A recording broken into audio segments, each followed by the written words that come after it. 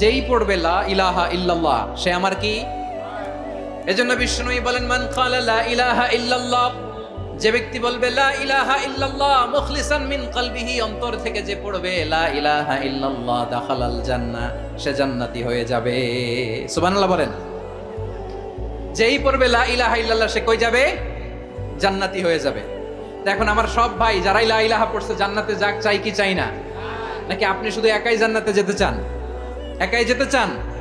জান্নাতে একা আমি যাব না তো ভাই, তোমাকেও জান্নাতে দলে নিতে চাই। সবাই বলেন জান্নাতে একা আমি যাব না তো ভাই, তোমাকেও জান্নাতে দলে নিতে চাই। আমাদের জান্নাতের দল ভারী হোক, আমরা চাই কি চাই না?